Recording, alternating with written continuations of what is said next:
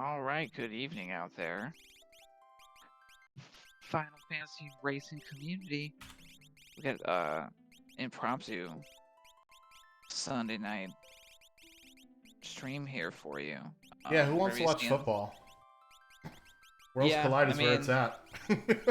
for sure, for sure. They tend to be a lot closer than most NFL games in terms of the margins in these races. So, Yeah, um, definitely. yeah, we'll be seeing a Coliseum 2 practice race, our upcoming event. We're gonna see the Celes's Runic Blade flags, which we'll talk about in a bit. And on the stream tonight, uh, the restream team got myself, one free Fitz. I'll be doing the commentary. We've got Schwann's 27. Yo. Be doing commentary with me, also handling our broadcast. And on the buttons, again, in my opinion, one of the most difficult jobs on the team, the tracking in a 4-person race, Franklin. Yeah, Franklin on the ones and twos this evening, ladies and gentlemen. So we are doing a 4-way head-to-head. A 4-head? No. A Coliseum collision match. We're going to be doing Celes's or Celes or... How do you like to pronounce it? Is it Celes or is it Celes? I'm fine with either. It was never spoken aloud, so it's whatever we heard in our head. It's not Celes, though. That's not canon. Please. It could be, but anyway. So, why don't you walk us through a little bit here the differences in the flag set for Celes's Runic Blade? Yeah, so there's a couple of high-level differences from kind of our stock standard racing flag set. The big ones is the higher scaling. It's going to go up 2.5 levels per character as per a dragon, and the top on that is raised from 40 to 50. So the end game is a little bit more challenging. See bosses hitting harder, being tankier, and then their abilities will get scaled up too. Like we saw some Ultimas out of Spicy Chicken in last night's race, for instance. Additionally, each of our flag sets are kind of like thematically tailored to a particular character. So we're going to see Celes tonight. We always start with our featured characters. So they'll start with Celes, 2 other characters. Celeste with Vanilla Runic as well. Correct. She also has natural magic, guaranteed, which is nice. We also have a Coliseum reward of 10 spells and auto shell for everyone. Yeah, that'll be nice. Those are 10 completely random spells, too. Yeah, there's a good chance of getting at least one that, as a racer, I would be excited to see. We get a small boost. Yeah, I was going to say, it's actually also important because we have a interesting flag for teaching magic to the rest of our characters. We have Espers always teach 5 spells, but the Espers are only equipable by 7 out of the 14 characters. So there could be a chance that there could be a real juicy Esper, and none of the characters that you have can use it. So that is... I love this flag. Whenever doing, like, Living Seed, for instance, I always put this flag on because it makes things so much more interesting. Because you can't just fall back on, oh, well, I can have somebody do magic as a backup, right? Yeah. So it makes things more interesting. Anyway, sorry, go ahead. I cut you off. No, great. That's a great one to point out. Additionally, the Espers have a lower than normal chance of having stat bonuses. And they're more expensive as well in terms of MP summoning cost. And the final couple that I have is we got no free characters. So our South Figaro basement check is going to be a high tier item, guaranteed. And if we hit Y on an NPC, they're going to turn into an Imperial soldier. That's just for fun. Yeah, that doesn't introduce any sequence breaks. It's just for the lulz. And I think, I got to hear Double Down a little bit on a stream today, kind of talk about, thinking about, and I think when we look at Celeste, she is not a natural. I guess she is a natural magic user, but magically enhanced. So it's a little bit. If we look at comparing to like the Terra flag set, she, her stuff is Terra's has much more natural harmony with the Espers, so they're half off, and they have, they're more generous, for instance, versus Celeste is getting more spells out of them, but doesn't have the same natural bond. And so I appreciate and could tell a little bit the deep thought that kind of went into making these match the characters, Yeah, for sure. unique personalities and stories. Yeah, shout out to Double Down for coming up with this concept. And of course, we've beaten the concept up a little bit in feedback sessions, etc. But that's why we run these practice races, to see what works and what doesn't work. And in tune with that thinking, summoning an Esper is going to be 125 to 150% of the normal cost of an Esper. So some of those like higher tier Espers like Phoenix or Bahamut, they're going to cost a lot of MP to summon. So it'll be interesting to see later on in the game. So we do have two objectives in this seed. The first of which is to perform in an opera. You will receive an Illumina as a reward. We'll see if any of our runners decide to do that. It is about a 4-minute long cutscene. So it's one of those where you gotta commit to it. I would do this personally only if I didn't find absolutely anything in terms of physical damage or any offense, after doing my early looting. And the second objective is, in order to get a high tier item, you have to save Cid, because of course you have to save Cid, right? It's Celeste. We want to save Cid. Yeah. So you do get a high tier item for doing that. We'll go over the mechanics if any of the runners decide to do that. And again, if I loot and I find nothing, then I'm doing this, because it only takes maybe 45 seconds to a minute at the most to do this, and you get a high tier item, so it's really not that bad. So. Yeah, I could see it. I think the other way I would think of it is if I usually spend 10 minutes looting, I'm not guaranteed to find an Illumina in that 10 minutes of looting and shopping. So I could spend 4 minutes at the Opera House and then trim my looting down to like a 6-minute loot and try it that way and see, if I'm able to feel as powerful and get out the gate just as fast. Speaking of getting out the gate, we got plus 5 speed, plus 5 magic. We do have Celeste for everybody, and we'll see who else is involved in this seed, as Nobody War immediately heading over to Albrook. Looks like Jack is heading to the cave at the sealed gate, so that means we got Terra, and we also have Cyan. So we got a lot of checks open to us early going here. A lot of checks, chains of checks. With the Dream and the Magitech Factory, and that matters because we're trying to kill some number of bosses before we head into Kefka's Tower, typically to take advantage of the 12 boss skip. I have found if things are going bad in terms of just being unlucky with what we're finding, it's possible to get the skip before you unlock Kefka's Tower, even with kind of these requirements. Yep, because we do have a 12 boss for KT skip requirement, and for whatever reason, Infinite Fluffs. There we go. I don't understand why he was so far back. Yeah, I took a note just all right, whatever. To adjust for. We'll figure it out. So yeah, we see our right-hand side runners heading to the cave to the sealed gate. This is one of Terra's checks. Important thing to note that we do have a flag that says no free characters or espers, and the sealed gate is considered a quote-unquote free check. So therefore, we are going to see a high-tier item at the end of this check, and not an esper or a character. I think I saw Terra with Throw, so really powerful command, at least just to start this seed off. Ooh, a Minerva. We got at least 2 people that can wear that right now. Yeah, this makes sense given these characters. I could see going to Figaro first and then coming here. and then based on my loot, deciding if I wanted to loot more or find some checks. But not only is there a lot of checks available, we have some like high loot areas available as well early.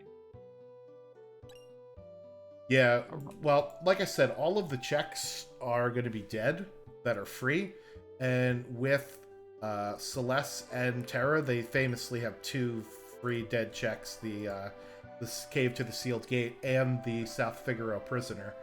So we'll see what rewards they dig out of their free stuff. It's a behemoth suit for the Cave of the Sealed Gate. There's also a Genji glove in there that I just saw from Infinite Fluff pickup. So some pretty good stuff so far. It was worth the trip. A fire rod will be valuable early. I sometimes like to take the ninja switch fight in here. Yes. Because there's a save point and a chest in there, so I'll pop in there, save, and equip my party, and then take a grind fight since it's like right there. Yeah, I have completely gotten rid of ever doing Leet River unless it's like a really crazy seed that rewards you for doing like forced encounter checks. Just because I've done the pull down on the Sealed Gate Cave Ninja thing, and you get at least 2 different sets of mobs there. So if you don't like the first set, you could do the second set. And I have definitely spelled Infinite Fluff's name wrong. I swear I've done this before. There we go. This was we were scrambling together because the racers, I think there was 7, 8, 9 racers in the race room. There's a lot of people. We rolling deep tonight. A big race. I see Boots. Jack's got a lot of cash right now. They're sitting on about 64k. Ooh, Thunder Shield. Yeah, Thunder Shield. I saw Nobody War equip an Ice Shield, so I don't know if he bought that or found that in Albrook. Mark is also in Albrook, but in World of Balance Albrook, he will not have access to the dock box, but he has access to all of the other chests there in Albrook. But yeah, I would anticipate our runners doing both Cave to the Sealed Gate and the Prisoner. There it is. There's that Ice Shield. Mark found it as well. Genji helmet in a chest there in the basement for Nobody War. So lots of good stuff to sell. Yeah. And stuff to also buy. There's some shurikens, and with the throwing Terra, that will be very helpful here.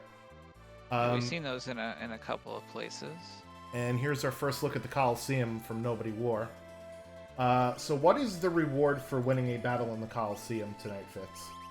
Well, I'll start with the lesser of the exciting ones. We'll build to the good one. First, we're going to get Auto Shell, which is like, I mean, Magic is dangerous early. Yeah, it's 30% or 33% reduction in damage. The bigger one is we just learn 10 random spells. Ooh, Boogle Charm for a circlet. That's a pretty good. That's a pretty good like helmet, but not for a Moogle Charm. That would be a pain in KT. But Nobody War is going to bet on a random thing to win a random item. Thankfully, this is a pretty easy fight, and the insta-death proc. Let's go. Nice. I didn't even see what it was. It was a Mithril Pike, which is a garbage item, but he does get 10 spells, and that auto shell for the rest of the seed. So even though I think he found a Force Shield somewhere, that doesn't really matter, because the rest of his team will get the auto shell.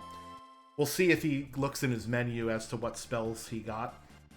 And Jack just went to the Prisoner. I didn't see what the reward was, so I'm sorry about that, chat.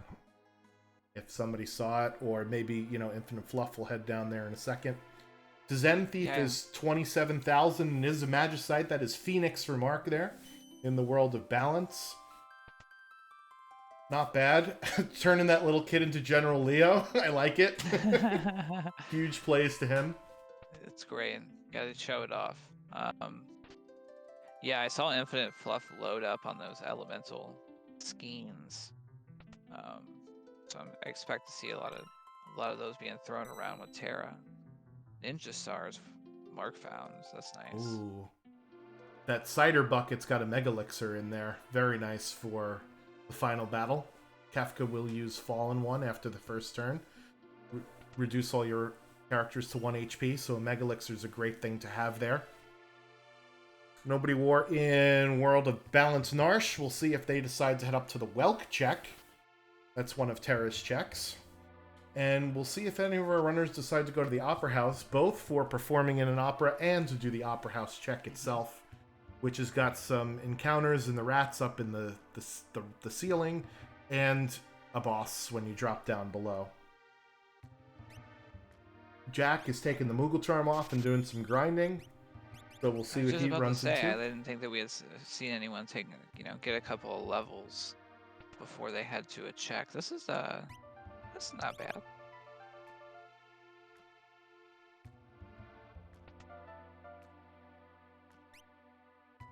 Still don't know what Cyan has as his thing. Quick on that Phoenix Esper. I think that was the only spell that popped out at me. Mark is heading into the Coliseum as well. We'll see if... So, there's 120 items that you could see what the reward is. Oh, Magus Rod for a Water Edge. That's pretty good. Yeah, that's a good stat stick. I don't know. Maybe you might know. Does Coliseum AI ever throw things? I don't know if they do or not. It's a good question. I'm trying to think. So I've definitely been playing in the Coliseum a little bit more. Yeah. Franklin might know that answer. Yes, Coliseum doesn't do throw. That's what I thought. So this fight's going to take a little bit, but with that Minerva I think you talked about earlier, Terra's not in danger of dying, really. Even to that scary Bolt 3. And Nobody War taking our first boss fight. And it is my favorite punk band, Rizopus and the Piranhas. This is a very good one to see on low level. And Cyan is GP Rain. So, decent command for, very, very mid-tier. Or the middle of the seed, rather. Not great at level 3. Better at levels like, 10 to 30. But by the end game, you're going to want to be using something else. Yeah, definitely. Yeah. I would think that with that command, either if we don't find something for Cyan to swing. Alright, so we saw a little bit of the magic spells there. There was a Bolt 2, which may have been because of the Thunder Shield, but I'm not sure. There was Doom, and there was Flare. So, some pretty decent ones. Flare will get you out of trouble in a pinch, although it is a very long animation cast. Didn't see if there's any status spells later on, because we just got a brief glimpse. Infinite Fluff here in the Returner's hideout. Is he going to be the People's Champ and take a ride on the Rapids? We did also see Realm at the Umaro Cave. Go ahead. I was going to say, it especially in these flag settings, like, I would take a grind before I hop on the river, but it's not like a terrible play. Like, usually I can come out of the river if I go at level 3 at like 12 to 13 and start confidently hitting some other checks, but ooh, Jack with one of my favorite strats, double sniper, I think, on Cyan. Very nice. That definitely gives him something to do. Yeah, for sure. I mean, GP Rain will be good when you're not on level 3, but double sniper is so much better. And there is our first boss of the seed down on Nobody War's screen. We'll see what the reward is. It was a Narsh guard, so it's not going to be a character. It's either going to be an Esper or an item. And with the no free progression flag on, it's usually an Esper. And it is. It's Phantom. That's an important one for the end game as well. Very nice. I just saw Cyan. That's pretty low vigor. It's like 30. Yeah, so question from the chat. Is Joker scaled at all or has vanilla HP? So in this game, the scaling of your enemies is based on, at least in this set of options, your progression. So it is the number of characters, the number of Espers, and the number of dragons that you have times 2.5. So since Mark had 3 plus 1, which is 4, times 2.5, which is 10, that was a level 10 Joker. And his characters are only level 3. So that's why it took him a while. And I gotta switch the audio here, folks. Give me 1 second while we get some opera action going.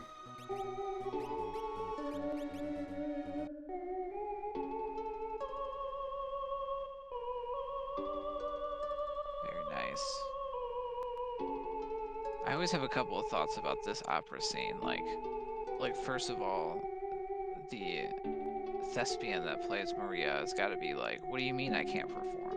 You know, like the show must go on. I don't care about getting kidnapped and having to be like physically restrained from going on stage. And then like I always feel like the actor that plays Draco, you know, in the climactic scene is probably like very dramatic about like, what do you mean some untrained Imperial general is gonna be playing like across from me? Like very upset that, you know, his starring role is getting, you know, messed up here. It's his once in a lifetime opportunity, and you stuck him with some opera floozy.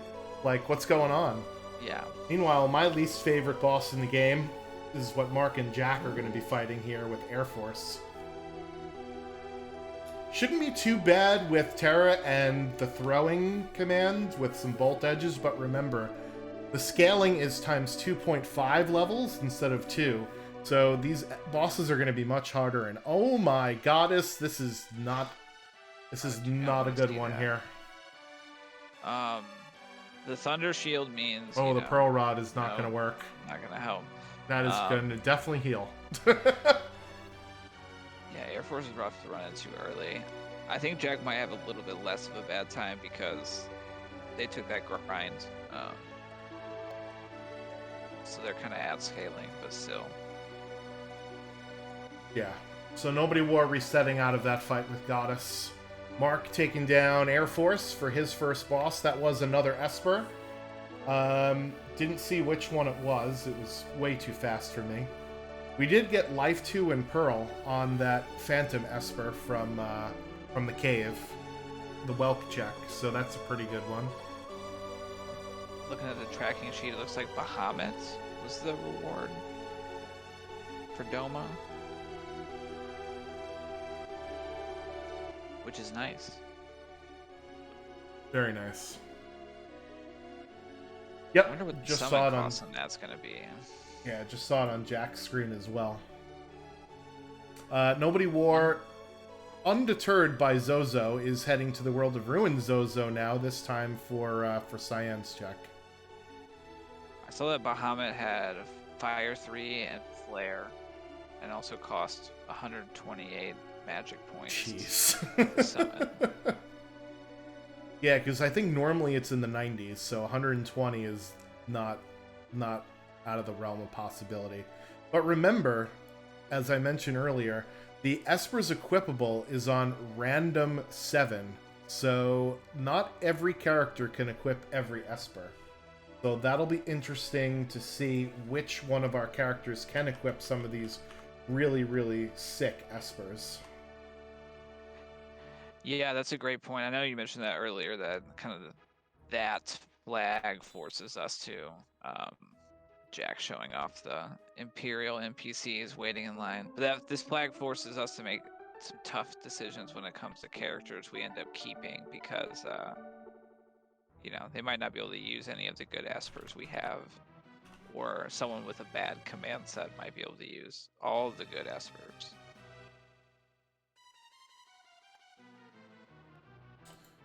At the top of Mount Zozo, I did not see what was writing letters. I think it was a piece of magicite. Esper's writing letters. Who would have thought? I mean, they have magic powers, so they're probably using like invisible hands telekinetically, and then summoning the birds with their magic. Magic.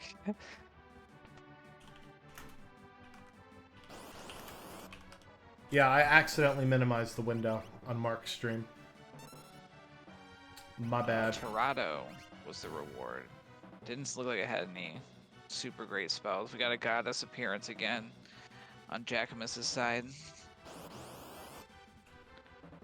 Yeah, Jack did some grinding though, and he actually healed before this fight, unlike Nobody War. I think Nobody War went into this fight without healing his party, so it didn't help. Thankfully, we have GP Rain, which ignores defense, and we have Runic. So this will be a defensive fight, but Jack will come out on top as soon as Terra gets up from her nap. She's tired.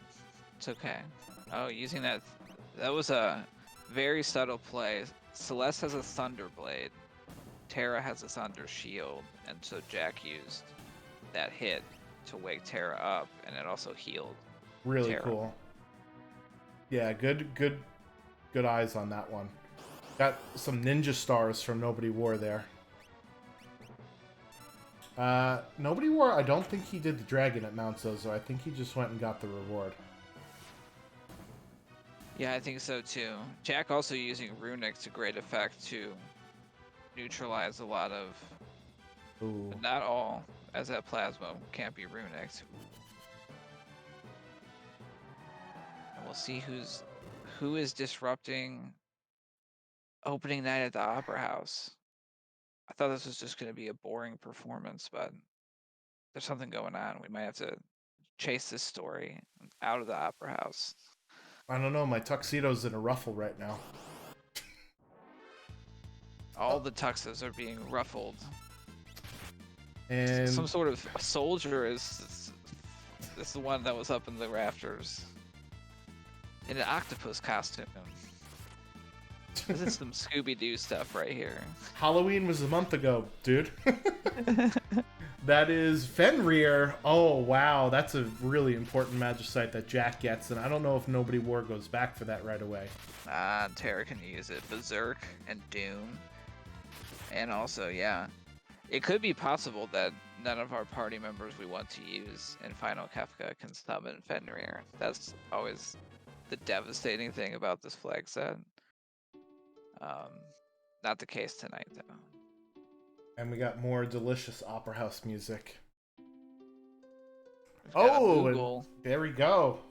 That's our has flown in. That's our first character. We've got Infinite Fluff picking up Mog. Mog with capture. Yick. But Mog does open up the Lone Wolf check, which pairs nicely with both Kefka at Narsh and the Welk check. So that's a good character to have. Is heading next. Is to definitely get that triple check.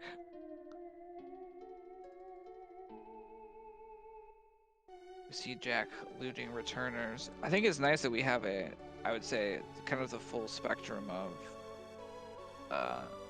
from newer to some of our most experienced racers on stream, and we get to see kind of the differences in tactics, and we're seeing more operas. We got 3 out of 4 operas now. Yeah, as I said in the beginning, maybe if I was on stream I might, just for the memes, but there's no way I'm doing the Opera House in a real run. It just takes way too long, and an Illumina is the best offensive weapon in the game, but it's not worth 4 minutes of lost time, essentially. Speaking of lost time, Jack is on the Leet River. But remember what we did say about this flag set is that the scaling is higher than what we're used to, so it does tend to favor those checks that do have these forced encounters on them. Yeah, he did 6, 6 times 2.5 is gonna get us. Oh boy. Oh man. It's Celes and Celes here. Oh, it's Celes and Kefka. I love the NPC sprite.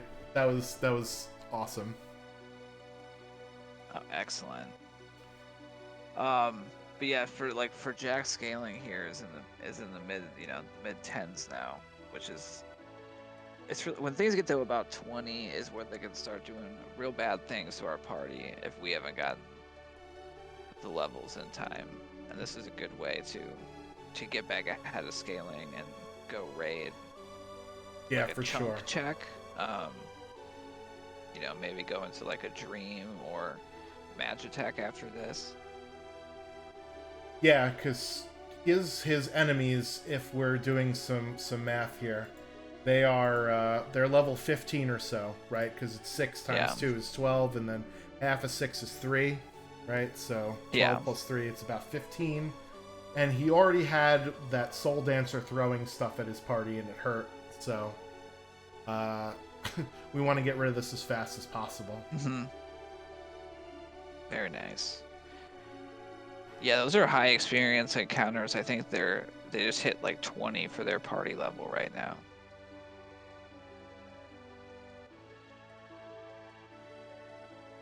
So when we get good encounters on the river, it can propel us quickly through a lot of checks. I've definitely have gone down the river and it's like level magics the whole way, Ugh, and then it's gross. like, ooh, I didn't get any stronger. I was kind of counting on that to beat a boss. And I'm committed now because I did it. I always take the safety save in a free slot before, at my last opportunity, just because too many times. Vika, thanks for the raid. Welcome to the. How did your Celeste practice go? I saw he was running the flag set Yeah, before we started so streaming. good. That's a good point to say here. When you're on the Leet River, do not save over your primary slot, or else you might get stuck here if you can't beat the boss. So, Yeah, that's a Ficta, general did you rule. go for the Illumina at the Opera House doing the opera scene? It's a great question. Because you do the benefit of it is you get Celes, who could always naturally equip Illumina. Oh boy. Did he actually get to 20? No, Ooh. he's past it. Yeah, because he was definitely at 19 or 20 when he did his last save, so that could have been disastrous. So thank goodness. Yeah, this will be a slow fight, but I think Jack will be able to get through it. He's got Throw, which will do stuff that ignores Doomgaze's defense. Doomgaze is high magic and physical defense, and is weak to Pearl, and he's learned Pearl from one of his Espers. So, if he could not get trolled, and that's the caveat, right? If he doesn't get trolled here, he'll be okay. Cyan's got those snipers, and Doomgaze is a floating boss, so he could potentially be doing some fwaps against this boss. Best proc in the game. Oh, we got and there it Sabin goes. at Kefka at Narsh. Or see what's that lone wolf? Edgar. Wow, all the characters up in Narsh. 6 right there. Now here's a question. If we know where 6 characters are right now. Oh, Aegis Sealed, never mind. Take the character. I was gonna say, what were the items there? It's another Esper for Jack. Unfortunately, only Terra can equip it with Palador. Has Bolt 3, though, and Life 2, so that's a pretty good one. Figaro brothers are chilling in Narsh. They definitely are. Taking the save. Yeah, if it wasn't an Aegis Shield, if that's, say, something like an EXP egg, perhaps, yeah, I'm letting Edgar fall down the stairs, or whatever that is. You can always go get him later. I mean, it's like, yes, you know where they are. It's not that long of a trip.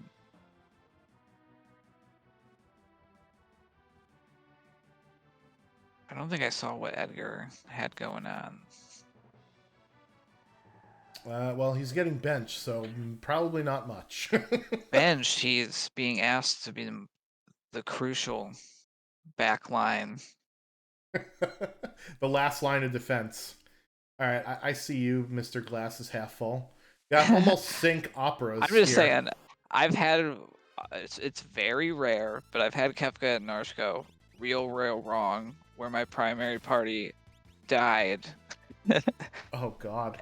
And it became a like, let's fend off all the guards with my 2 parties until we can regroup and fight the boss. So I probably should have reset at that point, but yeah, I decided to just stick it out. Yeah, that's usually a reset if my primary party gets screwed up, and it is a dabbing Yeti on Infinite Fluff screen, French vanilla, in the wrong world. Jack actually took a look at the little girl in Mobliz. I was gonna say he's got a party of 3. Are you sure he wants to 1v1 a boss? Because Funbaba 3 will blow 2 of your characters away, right? But it turns out he was just checking to see what the reward is. It is a Carbuncle Esper, So if he needs an Esper, that's where Jack is going to go back to. And on top of that, with the fact that you need to get to 12 bosses for the skip, the Mobliz World of Ruin check actually counts as 2 bosses, because you beat Fun Baba 3, and then you beat whatever boss is there. So, very cool stuff. Infinite Fluff killing his 3rd boss there to get his 6th character, Sabin. You're going in the party now. Sabin with control, and Edgar had Morph.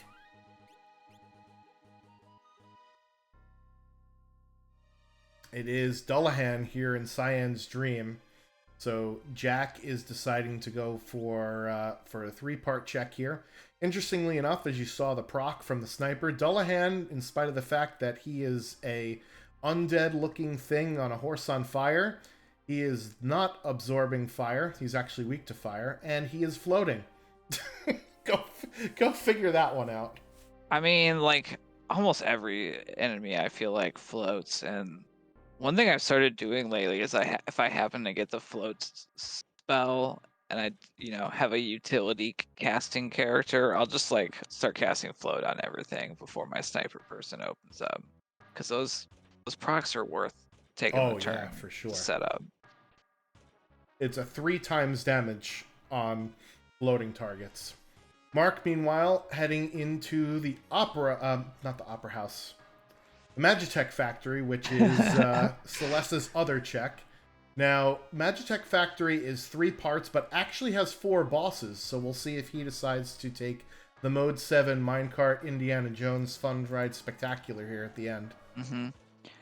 I think that's another area where in the Ultros flags we see runners often warp out and don't take that minecart ride.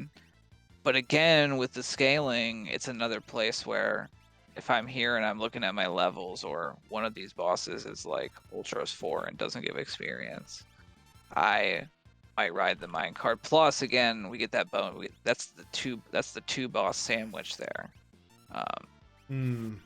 So it can be a good way to between catch some up. Delicious sliced bread. Right. Who's on the throne? Oh, that's a free check. Atma weapon. Okay, well, Edgar can use the Atma weapon naturally, so maybe not a bad thing to keep an eye out on. We'll probably see that in about, 45 minutes from now, as Jack is not happy with the Imp Sprite, I guess. I didn't know you could YNPC the Dream Sprite. No, you can't. Oh, okay. Just showing displeasure by running it over with the armor. Well, funnily enough, if you take off the Moogle Charm in that sequence, you could actually spawn in the random encounters with the Magitech suit on. So if you need to grind a little bit more before this boss, let's say it's Ultros 4 with Chupon sneezing you away at the first dream, then take the Moogle Charm off and you can get some levels with the Magitech armor, and that'll make the battles a lot easier because Magitech is the best command in the whole game. No, that's a really good point. I've seen that in a race every now and then. If someone goes here as an opening check and they have like a consumable that will get them past the first boss, doing that exact thing to like grind up some levels and help get past the second one. Another Magicite there from Nobody Warsar, go ahead. Very nice. I saw a question in from Fitka about why Imperial. We saw a little bit of that early. The sliding kid in Zen got turned into an Imperial. Some of the Leo, the thieves in line in Zozo got flipped around into various things. Yeah, my favorite was Nobody War doing it in the Opera House sequence and turning Draco into Kefka. Yeah. That's the way to do it. Ooh, level 4 flare actually hitting Jack there. You hate when that happens because it's just like completely random when that actually happens. Yeah. Draco Starcloud asks, "I'm Kefka."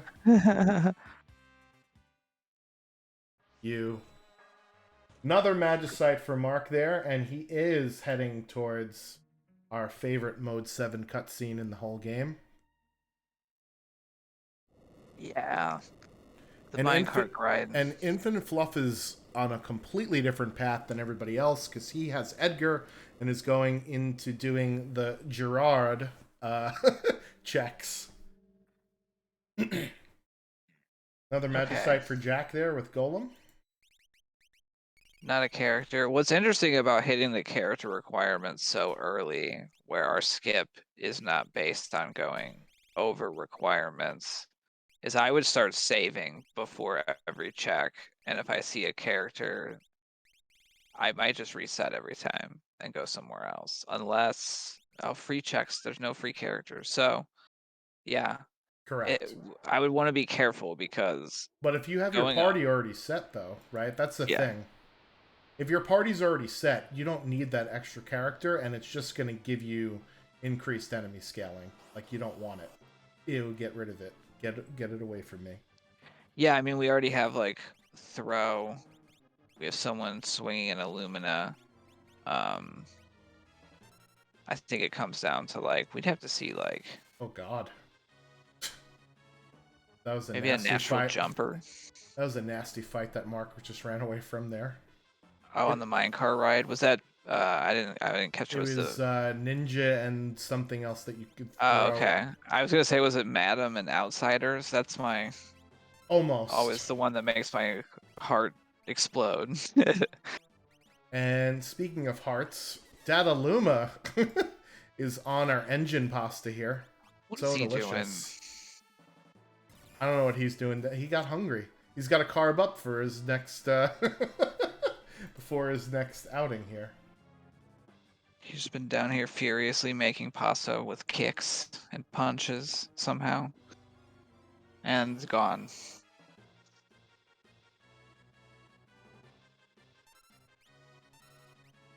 All right, so we're like at the 35-minute mark. It's probably a good time to kind of recap a little bit where we're at right now. I think we saw a lot of good loot in the early looting that everyone did. We've seen 3 out of 4 of our on-stream racers hit up the Illumina check, and Jack has not, interestingly enough, and they are definitely looking a little bit ahead in terms of their progression and number of bosses they fought. And they're ahead on total checks as well. But it's still definitely early, and I think Infinite Fluff being on this alternative route could pay off down the line if, like, those Edgar Sabin checks are Esper heavy.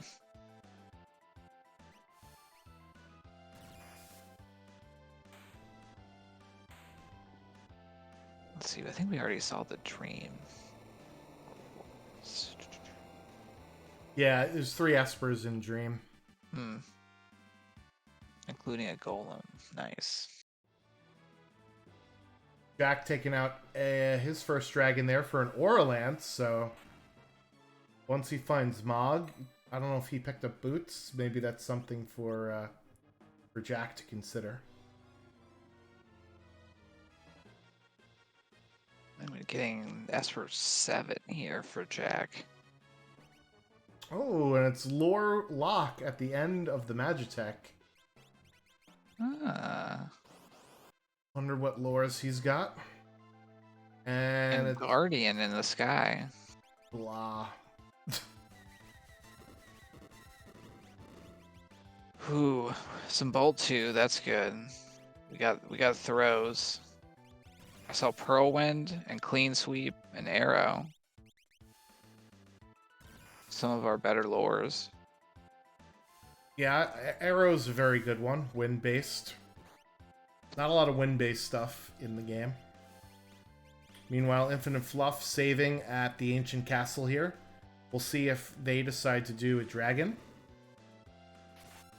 And there's 2 monster in the boxes here. Remember, he did pick up the Atma weapon on the throne. Atma weapon is one of the very few battle pieces that doesn't have their damage completely halved by offering. Offering will reduce the damage, but the extra damage bonus calculation comes onto the weapon after the offering deducts the penalty. So it's not as severe as a full halfie, and it's yeety in the ancient castle. Mm. Interesting. Picking him up. Yeah, so ancient castle and Edgar's checks in this flag set are not very good, right? No. Because there's only one boss in the 3 checks, and one of them is guaranteed to be a dead check. In the ancient castle, you got to walk all the way down here, but thankfully there is a dragon to fight to get some better levels on you.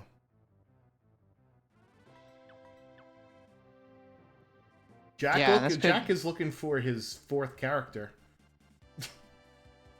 And Mog was at the op, so he's going to be picking up Mog here.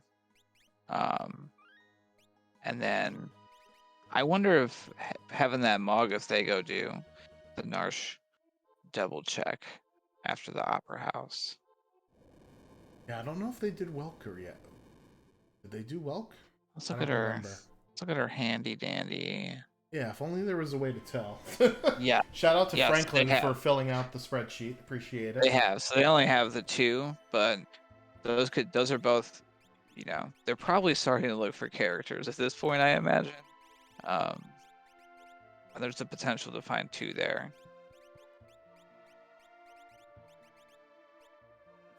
Versus kind of, they're starting, I mean, they'll get Mog. That only adds 1 more check to the pool at the end of the day. So Jack's starting to like run out of. Oh, they haven't done Magitech yet though, or Opera House. Well, they're doing Opera House now.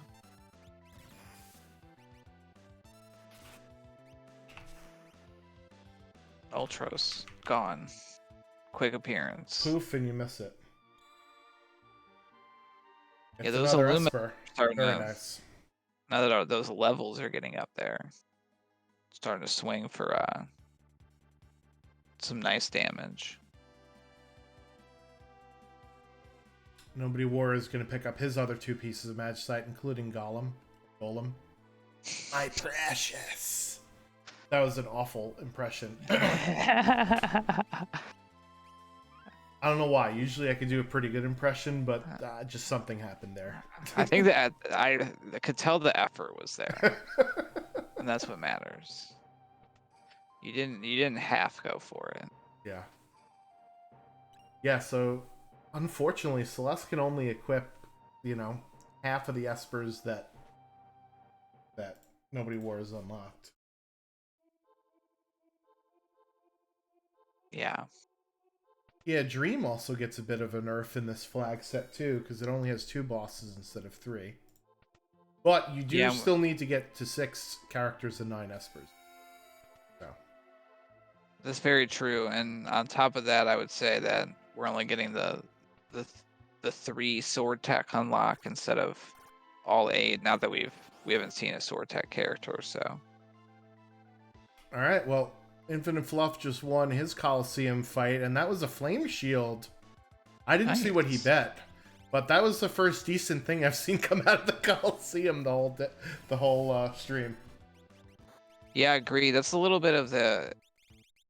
It's easier usually to get through a Coliseum fight when scaling is low, but we usually have less loot, so the chances of us actually being able to bet something. Mm-hmm. Yeah, because you're selling all your stuff. The thing I like about doing the Coliseum early is AI gonna AI, so I don't want my Coliseum user casting scan 7 times in a row. Right? Like, yeah. That's why I want to do the Coliseum early before I learn any of those spells. Nobody War is gonna take this Mobliz fight here. Is gonna grab Seraphim. We did see that earlier. Yeah, Prebz, you were correct. That is the Coliseum reward in this flag set. This time it didn't give any super juicy spells. I know in a couple of flags that I've played with those 10 spell rewards, I've gotten like a level 3 elemental spell out of it, which is huge to find right out of the gate. Yeah, I think we got Bolt 2, we got Doom, we got Flare, maybe a curative spell, but I didn't see a whole heck of a lot after that. However, the Espers are random equipable 7, so only 7 of your party members can equip a single Esper, right? Yeah, So at least you're learning those spells across the board, right? So that's very true. It still feels worth it, because there's a chance with 10, that feels like there's a good chance at least one is useful. okay, so Jack is using double Hawkeye, not double Sniper, so it's a little bit less, on the battle power, but still the proc is certainly worth it. And he does put Edgar into his party immediately here.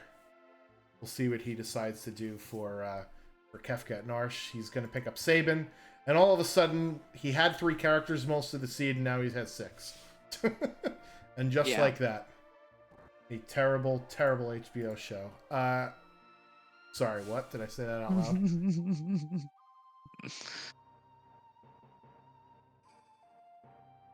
Meanwhile, that is a dead boss for Nobody War picking up Carbuncle. I didn't even see what the boss was. Thankfully, Franklin is doing all that work, so we don't have to. Shout out to Franklin in chat. Yeah. Again, the tracking 4 racers is a lot to pay attention to. There's a lot going on, and our trackers do a great job. Let's see. Oh, it was tunnel armor. No wonder why I didn't see it. Oh yeah, I saw Jack was doing the alternative skip, to go like tuck in that bottom left corner and then run out after the brown guards pass and just dodge the 1.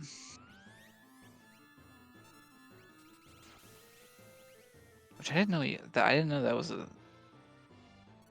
option, so that's why I love doing commentary. I learn stuff watching every single time. Oh yeah, yeah.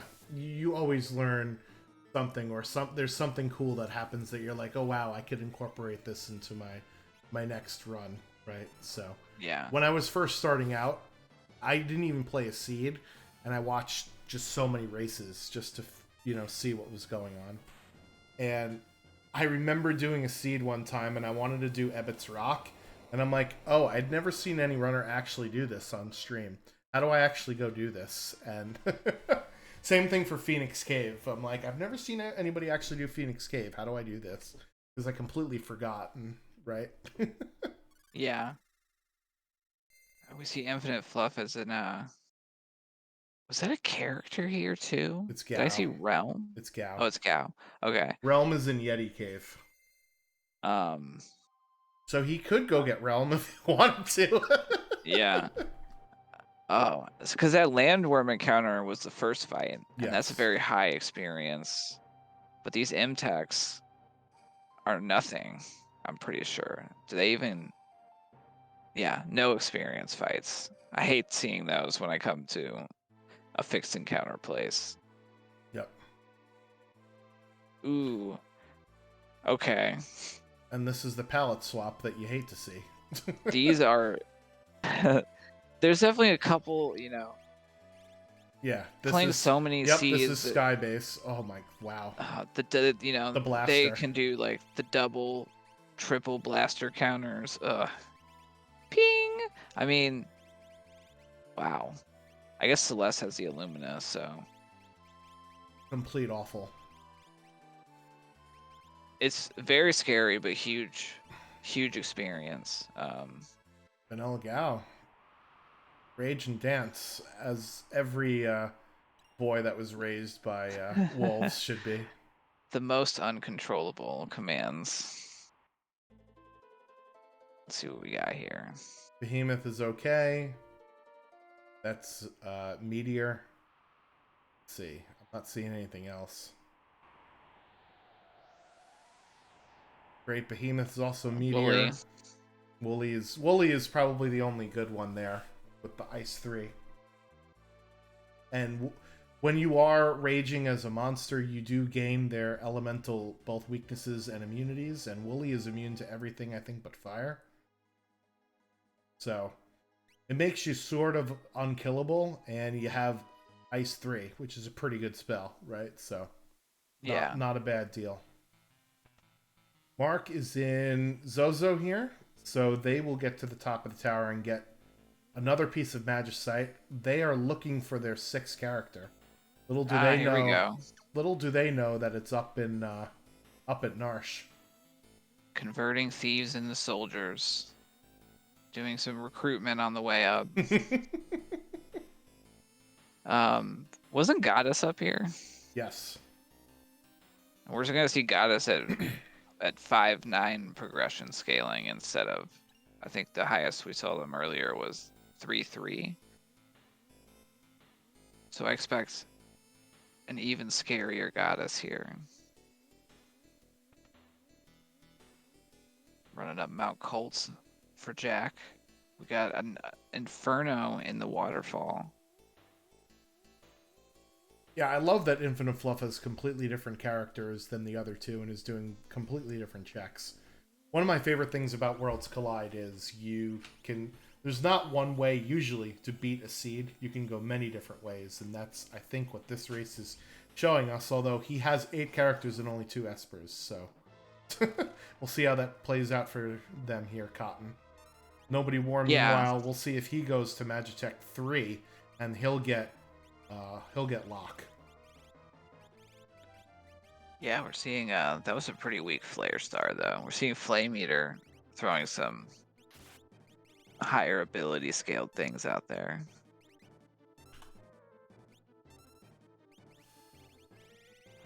And there's some weird pasta growing out of the ground in Mount Colts. That's Oh no, this is another character. not right.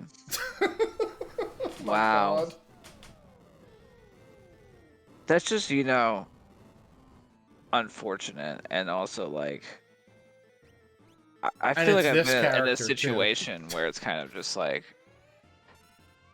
I think it's a little bit too, it took me a while as a runner to get a feel for like the logic, and I think we've seen Infinite Fluff going into a lot of their latest characters checks, which tend to lead to more characters versus like revisiting our older characters for Espers in their checks. But at the same time, they're probably having a good time, so that's what really matters at the end of the day. I would not be having. I would be hating myself right now. Yeah, that's a good point to bring up. Is if the more times you run this game, you get to see its tendencies, and even algorithmically. Wow, that's a word. Algorithmically. It's the case that you tend to get characters from the characters that you just recruited, like those checks, because the game is deeper than it is wide, if that makes any sense. Yeah. Yeah, tap dance or covert, no thank you. Get me out of here. Bye.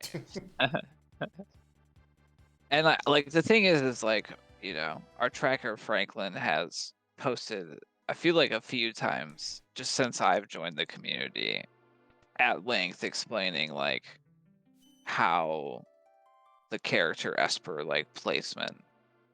So it's not like all out there. Yeah.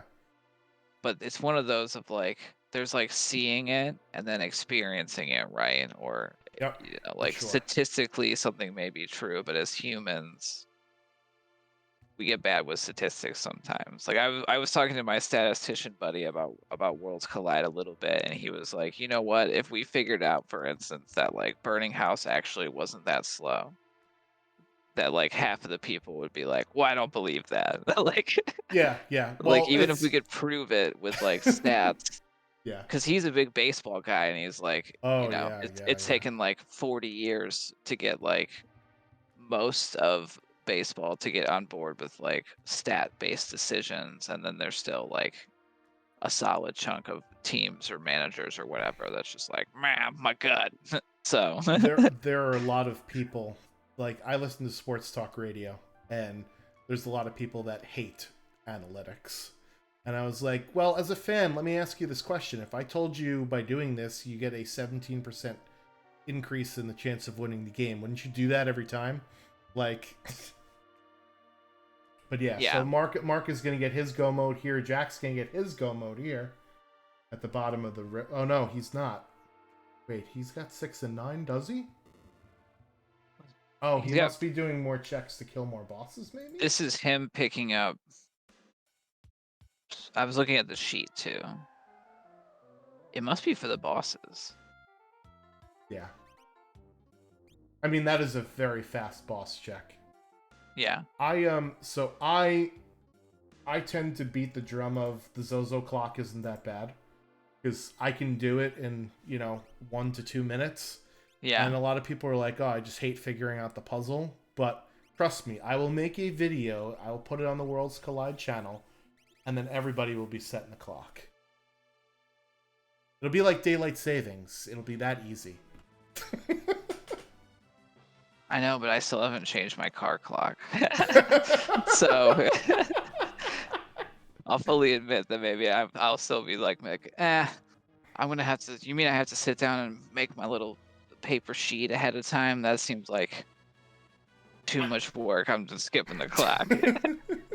I mean, eventually you don't need to do it with the sheet. You do it enough times where you don't have to, but certainly. That's fair. But Very Mark, fair. I think here is just gutting Sabin because he's there, and this will get him a skip as well. Same Yeah, I goes think we're with Jack. seeing some different approaches. I know in earlier races, we've seen racers go into KT to get the extra bosses by like loading up the middle, That's what and I going would all the think. way through, or like dipping in to take toilet Atma. But I have been wondering as I've been watching this, is that necessarily faster than fighting bosses on the outside, getting the skip, and then just doing it like we normally would, and like some more standard flags of using the skip to go in straight to statues, 1, Yeah. 2, 1. And the answer is, I don't know. I don't even have a strong feeling on it. It's just something I've been thinking about of Yeah, so trying both ways. So here's my thinking about it, right? If I was in the position where I needed like one boss for skip or whatever, what I would do is I would take the Toilet Atma fight, because not only are you fighting a random boss, you're getting a high tier item, and you get a save point right there, just in case things go sideways at the statues when you skip to them, right? So that to me would be worth it, to go through and do that. But yeah, it's interesting, right? It depends at least on how you feel based on what you've got. And I have been doing, at least in some of my Ultros League runs, and I did this one week where I felt like my party was not strong enough to do KT. I was in like the early 30 levels. So what I did was I overloaded the first party, and I just beat the Inferno spot plus the dragon, right? And you're like, why? You have to go back and you have to do double the amount of walking there. But you also kill that first boss that much faster, and you get that dragon as well, right? So even though you're walking a little bit further, you're also saving more time when you kill that first boss. Yeah. So Yeah, it all definitely. depends. It all depends, right? And Mark here looks like his levels are in the early 30s, and as you said way earlier in the stream, right? His scaling is 7 plus 10 times 2.5. So his scaling is up to like, what is that? 34 plus 8. So that's like 40s. So he's under leveled compared to his bosses. So that's why we're going to see a dragon play here. But remember, the dragon also adds 2.5 levels onto all the scaling. So yeah, it's definitely something that has to be managed a little bit more intentionally in the Coliseum flags versus like the standard or the Ultros League. it's a fun math problem. Like, at what point does killing a dragon give you more XP than it offsets the XP or the levels of the enemies that you're fighting, right? Yeah, and that's where I think sometimes that's maybe another advantage of, like, if I need more bosses, hunting them in KT, because killing bosses in KT doesn't increase scaling. Valiant Knight for sale somewhere on Jack's screen. And Edgar 2 could use potential it. users, What yeah. was that, Albrook? Yeah. Yeah. We must have missed that before when Nobody Warm went to Albrook I at the think this very is World beginning of of the game. Ruin. Yeah, he went to World of Ruin Albrook. Albrook in the Oh, very yeah. beginning of the game. So maybe he'll go back there. Or maybe he forgot about it. Yeah, did we see anyone snag? I don't think we had a Katana Soul No. appearance, so nobody's No. rocking offering. Well, Infinite Fluff was the only one that even went down to the Ancient Castle to go see those two Monster in a Boxes. And he was the only one, I think, that did Sabin checks that had Monster in a Boxes with Imperial Camp. Right? Yeah. So there's 2 in the Collapsing House. There's 1 on the Phantom Train. And then the rest are with Shadow. And he could also get the one in Umaro's Cave, too. Yeah, definitely. And we know that. Oh, man. Infinite Fluff, if they ride out to the end, they're going to get another character. But at least they'll get 2 Espers here, and that'll get them to 7. They're not too far out from unlocking KT themselves and having a pretty solid time. Interesting Nobody War choosing to do Phoenix Cave here and not fighting the dragon. Maybe he's hoping to get something that everybody else doesn't get. And it is a Merchant Sprite, so this is probably an Esper. There it is. Ooh. Not what he wanted to see at 5 and 9. Yeah, probably hoping for that character.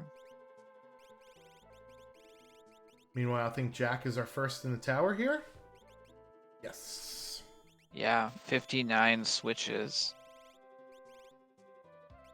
I mean, I would say when I first started racing, I had never heard of Jack, never seen him race, but I found his racing guide on like the guide section, and it's very matter of fact and to the point.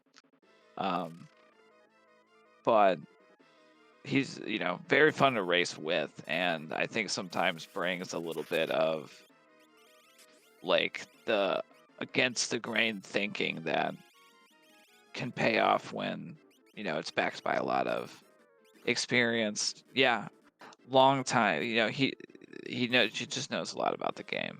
And so that's why I'm definitely curious to see that getting the bosses on the outside, risking the higher scaling. It's kind of like a confidence and party strength thing at the end of the day. He's a very knowledgeable runner with vanilla attributes and stats and things like that, which is why you see he's the only runner, I think, with that double Hawkeye, because he knows it doesn't seem on the surface like a very good weapon, but he knows how good it is, right? He has a very much, I'm just going to run at things and fight things strategy to Worlds Collide, which is great. Because the best defense is a good offense in Worlds Collide, right? I'm going to out DPS your boss that you throw in front of me. Yeah, definitely. Yeah, like here, he pulls out Golem against Doom on phase 2 because he knows that Doom on phase 2 only does physical attacks, and Golem will protect you from physical attacks. So that's the game knowledge that we're talking about there. Worlds Collide, yeah, you do need to know the rando, but you also need to know game knowledge. Yeah, there's a lot of, reacting and making the best of the tools that the rando hand to you. And I think we see, there's a few different styles that we see amongst like our top tier of racers, which is why I love the game. Is like, Jack has a very kind of just like get stuff and go and figure it out on the fly racing style, and I've seen like the other end of the spectrum of being like prepare a lot early, get Yeah. everything I want, and then never check a chest and shop for the rest of the seed. That's another way to go fast. Everything in between, and those top runners, they like modulate themselves too, I think, depending on what happens. So it's like they have a style, but they're very flexible and quick to kind of adjust based on how any given seed develops. Yeah, for And I'm still sure. working on that. So that is Vanilla Doom, I think, down for Jack. Kefka decided to come down from being on high for Mark. He's also in Kefka's tower. Our second runner in at the statues. Nobody Yeah, hesitated for a second, but decided it's a nice day for a raft ride. So he's also not going to get his 6th character at the end of this either. Just go to Narsh. Just got to yell at him through the screen. Send our thoughts. They will get a lot of experience.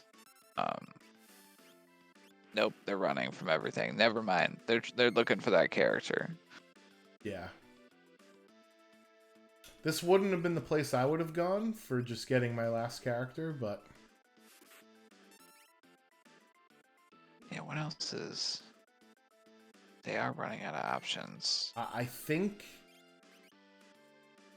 Where was Strago? Strago is behind Sabin. Yeah, I think he's just... Because he did Phoenix Cave. We know that South Figaro Cave's not a character. Which is Locke's other check, so it has to be... This is another gated seed by Lone Wolf and Kefka at Narshvitz. Yeah. Come on, man. That's You can't do this twice in a row. I mean, I believe we had a conversation before about who was going to roll the seed. and you didn't want any sort of blame. No, I don't. And I was like, I'll take it because not like I can control. It's just what the computer spits out when I said roll it. Yep. But I'm falling on the rolling rankings, I guess. Maybe next time everyone will be like, no, don't let Fitz do it. Yep. Absolve yourself from all blame. And then I'll do it anyway. Is the worst sword in the game, the Regal Cutlass. And Fluff is going to pick up his Esper here. He's been rolling in Espers ever since he was at 8 and 2. So, with nobody War's luck, he might actually, Infinite Fluff might catch up to him. Yeah, this is number 9 for Fluff, right? No, it's number 8. We already okay, yeah. Makes sense. Because we didn't see the message there saying that he's on Kefka. Yeah, 3 plus. I mean, they have so many places to go. Yeah, that's the problem when you get a lot of characters up front. You get so much of the world open to you that sometimes you're just like, how do I manage all this?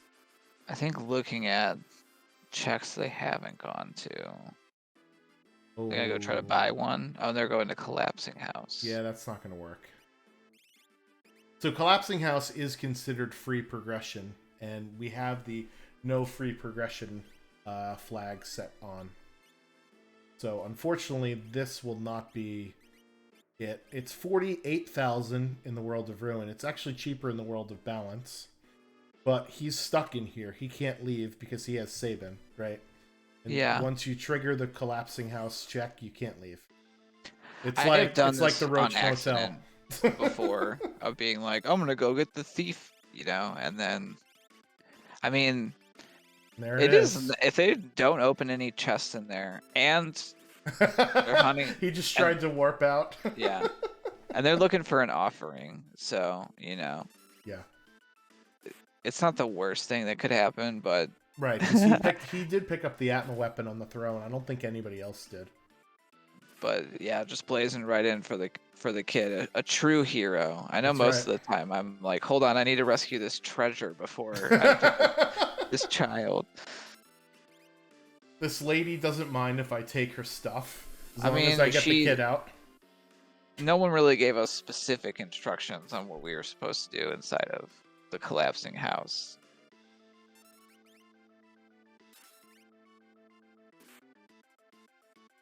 A little armed robbery is acceptable, you know. Oh, I we think a got a shift. generous We got a read. Shiva appearance here on Jack's screen. Ooh, Not very it's often pretty. you get to see Shiva. It is pretty rare. My generous read is another ammo weapon. Is that the owner of the house is like, you could have anything in there, just save my child. It's one of those situations. Yeah.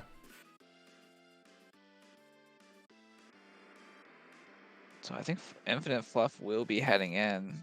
The good news is we haven't seen. Doom is a bad one to see at the high scaling. I don't want to bring up Doom too much. You've seen a lot of Doom recently, Schwanz, both as a racer and Yeah, and it's then vanilla. It's vanilla Doom. This seed. and that can always be scary with the 2-party and Yeah. getting frozen, various other problems. But so far, we haven't seen it be as nasty as it's been No, for in sure. the past. So yeah, Infinite Fluff heading into Kefka's Tower while Nobody War continues there. Romp about looking for a last character. I'm just trying to look at their tracking to see if there's places that they can go. If they're gonna last location a character here. Who are you talking about? Nobody War? Nobody War, yeah. Yeah. Well, we have seen South Figaro Cave. I don't know if Nobody War Oh, has they done warped it. out of MTech 3, which was a character. No, they got Cyan. They got locked. Never mind. I'm I looking mean, at the not wrong. Cyan. Yeah, Lock. Yeah. And Jack's on the switches 109 on the dot. Very fast nice. time here. So, party composition for Final Kefka as it's Rexol at the Inferno spot. This is new for us because we have not seen it because of the skip. So, whoever is in your 4th character slot in your party will actually go first on tier 2, 3, and 4.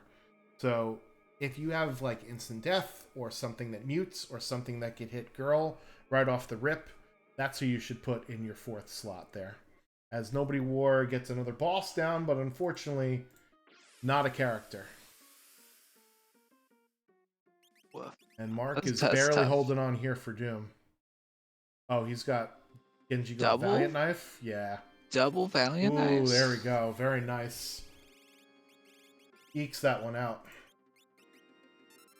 Yeah, that had to be scary. Those are always the solo low HP Valiant Knife user is never. What is Jack Where did that doing sleep here? come from? He used Edgar with Morph and then put Edgar to sleep. Is this how you can get Permamorph? Because if your morph runs out in between tiers, you become permanently morphed. So by putting Edgar to sleep and by putting Edgar to sleep, that means that Edgar won't come out of the morph state in between tiers. But now that Edgar's alive, but He hasn't he's still reverted. morphed. What is this? I'm definitely gonna have to see. You learn something every stream. This is wild. I love Morph. I use it a lot. Oh yeah, Morph is great. It's super underrated. It will do double damage with whatever either magic or physical thing that you throw. Or that you do, rather. Yeah. I think I learned today that it doesn't apply to summoned espers, though. That morphing I don't know. and summoning Bahamut doesn't do us any good. But I might be wrong. Alright, so Mark is also on the switches, about 2.5 minutes behind Jack, so we got a nail biter here for first place so far. Yeah, this is really close. I couldn't really point to like a power difference between these two either. It's going to be about execution. little They bit of definitely Kefka have luck. different party compositions because Yeah. Edgar is jumping, and I don't know if I don't know if Mark has jumping because he has the double Valiant knife on Edgar. Yeah. I mean Locke, rather. Sorry. Mm-hmm. Nobody were finally heading up, and they're gonna be like, oh man, I could have came here 10, 15 minutes ago. Yep. And then they see Sab and they're like, okay, well, oh dang it. Do they take the shield here for the memes? Um, I don't know. It's faster to take Edgar and go, I would think.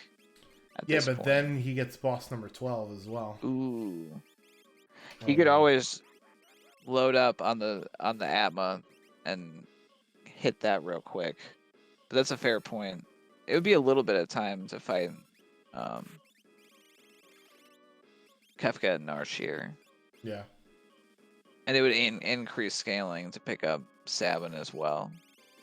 Nope, he's running out of here. Yeah, I don't hate this play either. You probably feel behind at this point, right? After doing both Phoenix Cave and Leet River at the end of your seed and not getting your character. Yeah, anytime as a racer, when I get one away from an unlock, and then I spend more than, 5 or 10 minutes finding that last thing, I More than one or immediately two checks. feel behind, yeah. Turning back to our dueling Kefka fights. Yeah, tier 2 going a little slow here for Jack just because he doesn't have mute. So magic is just being annoying. Yeah, that permamorph thing. I'm gonna have to write that down.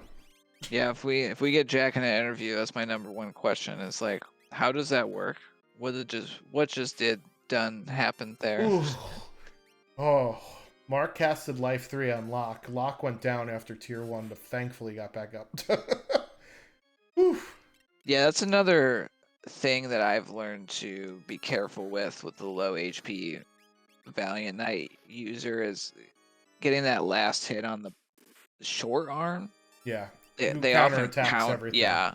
And like, oh man, I've lost races because sometimes I wonder if I should reset at that point. When you have like an offering VK user that goes down in tier 1. Yeah, you should. I mean, that was another one where I just toughed it up the rest of the way. Like, yeah. That's one of the hardest things to think about too. Is should I reset now or should I just plow through it? That's something I struggle with, and I tend to reset more often than I should, maybe. But yeah, if I lose somebody on tier 1, that's important. Like if it's, let's say, my calmness protection person or my my Valiant Knife user, yeah, I'll just reset. Tier 1 takes the least amount of time out of all of the tiers.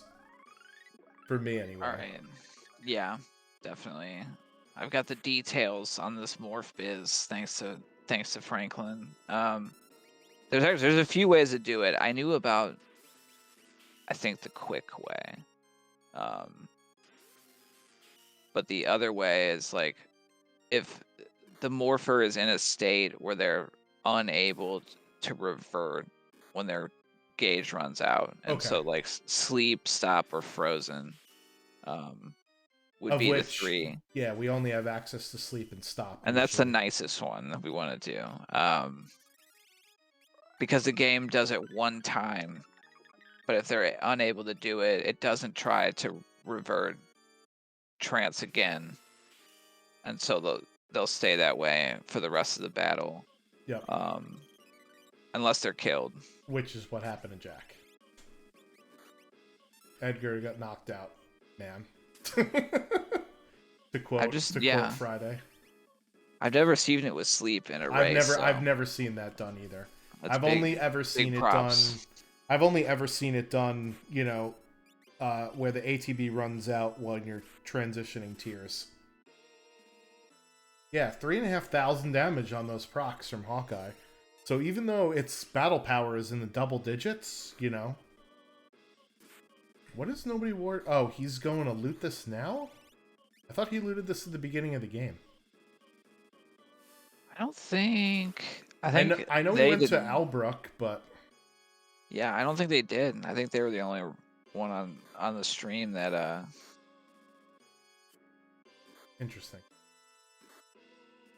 which I could see. That's another one where it's like there are those decisions sometimes where Mhm. it's like, oh, we started with Terra, everyone's gonna go here. Right. Should I try to go somewhere else and gain an edge? The treasure density there is so good that it's hard. Yeah. That one's hard for me to fade as a runner. Yeah. Jack is done with tier 2, and it looks like Mark has got the 10 hits on tier 2, so we're neck and neck here going into tier 3. Wow. Yeah. Well, we know our runners have got a ton of espers. And they got some calmness protections. So it's really just going to come down to count damage, managing the medios.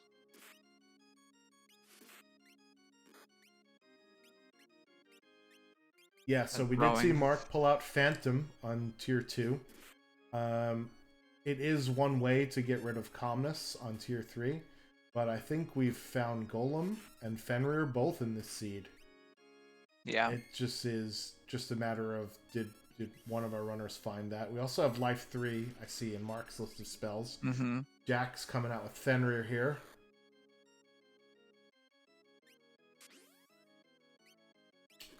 And Infinite Fluff is frozen with Doom. 11. I'm trying to do some damage counting for Mark on Mark's screen here. All right, we should be in That double V knife is putting him work. meteor counter range at this point. Nope, not yet. I must have missed. I missed one. Because if he's doing Merton, then he's not in angry mode. Not yet, not yet. So We're close. when Rest has under 10,000 or so HP, he'll start countering every attack with either Meteo or Train, and using either Meteo or Train on his turn. So we haven't seen that yet, which means he's still got some HP. Ooh, a proc. Jack already There has... we go. Yeah, so Jack already has his Fenrir queued up. I didn't see what Mark has for his calmness protection. I've seen him casting a lot of Life 3, so it seems like it's Life 3. Alright, here comes the Meteo for Jack.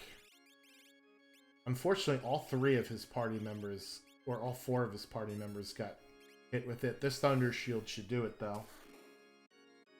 Is I like Celeste this gonna move. die?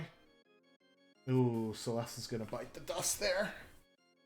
And that means Jack pulls ahead of Mark there, with nobody war heading into the tower, and it's train time. Yikes. Train. This is not the train we went to. Oh, I had a quick queued up, too. Yeah, that's just fortunate. So I'll just highlight real quick of that move of that, Jack there. Having Kefka in medio range, we want to hit him as hard as we can, but not a lot of times, right? And so I know we often save shields to like tier 4 to burst through on Connor, but it can be just as useful to get through tier 3 and not have to deal with a bunch of medios in the face. Oh, the double swing and a miss here. So unlike in unlike in the vanilla game, being blind actually matters in Worlds Collide because we fixed the evade bug. I think Celeste's gonna go down again here.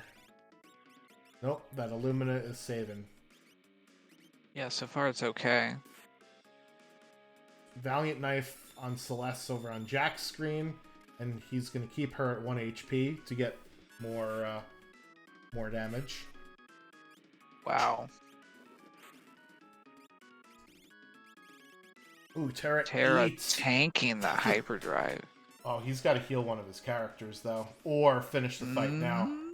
Ooh, this is going to be close. I think he's... Ooh. Okay, he's going up, Terra. I think he's going.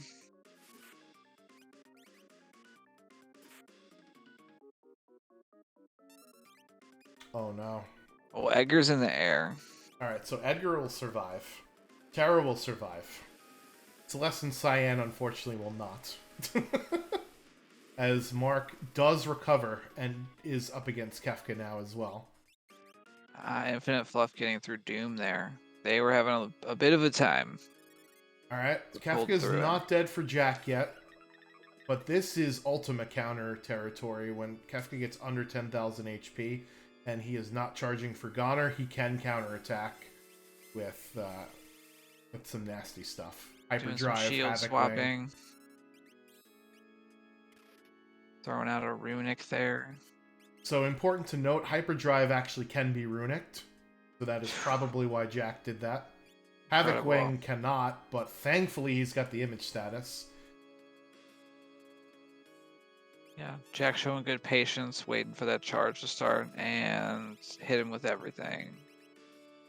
Alright, so here comes the shield. I gotta imagine that's gonna do it. Yes. Yep. Nice job, Jack. Oof. GG is very nice time. 123 on the nose for Jackamus.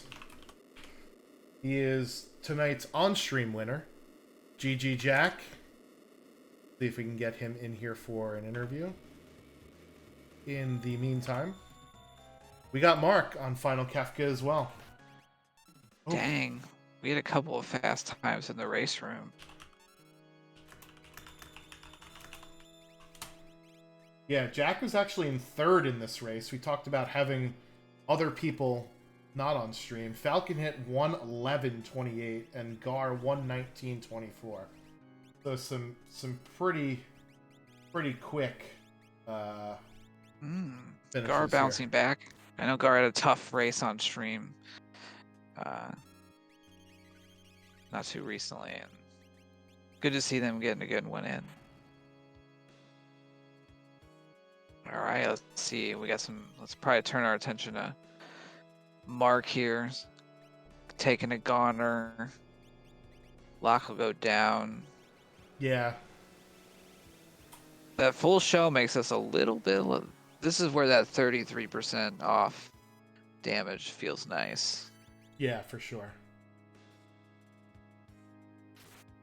Alright, well, the question is, does he get Locke's HP up? Yeah, so he's going to bring his party's HP up there. Because he is doing double Valiant Knife with... double Valiant Knife with Locke here.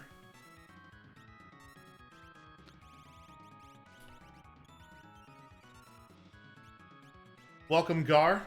GG's on your second place in the race room finish. Nobody War taking a page out of my book. Wiping to Doom. You know, I think we're showing that Doom will ruin 1 out of 4 days when found in KT. Quad 9s to the face for Locke there.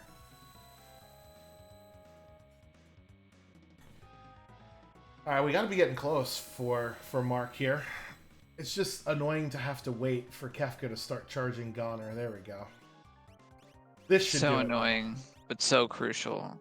I've been working on my patience. I always just want to like burst through and... Yeah, so he's got Locke with Quick. He's gonna do 4 V-Knife attacks at low. Chop, chop. Chop, chop. Clown dust. There it is, Crack Pal from Mark. He also finishes 126 on the nose. Exactly 3 minutes after you, Jack. 123 on the nose. So congratulations on your first place on Restream finish. Talk to us about the seed. What were your thoughts on it? How did you feel? Took way too long to find characters, and then despite having really good offense mid-game, I was suddenly very underpowered towards the end. Yeah, you were walking around with 3 characters, which what seemed like forever. Yep. Which was insane. Unfortunately, Fitz rolled a gem of a seed, and it was gated behind either Lone Wolf or Kefka at Narsh, so you had to trek all the way up to Narsh, and then all of a sudden characters fell out of the seed there. Yeah, seeds like this happen sometimes, so I'm not sure. A couple people off the restream finished ahead of me. I mean, I won the important part of the race, so that's, Oh, what of matters course. and all that, but I'm wondering if any of them did, like, Kefka Nourish early, or, well, honestly, for how underpowered I felt towards the end, I would have loved to have had an Illumina to pass around between my characters. That would have Yeah. been nice. Nobody War giving us a nice promo of the Coliseum on his stream. Unfortunately, he's going to take an FF after fighting and unsuccessfully to Doom. I feel your pain, bro. I was there on I was there on Wednesday. So you also employed a couple of strategies that I don't think I've seen a whole lot of. The first was doing the Genji Glove Hawkeye. Now, I know a lot of people love the sniper, but the Hawkeye is sort of the sniper's younger brother. So talk to us about why you decided to stick with that strategy throughout the seed.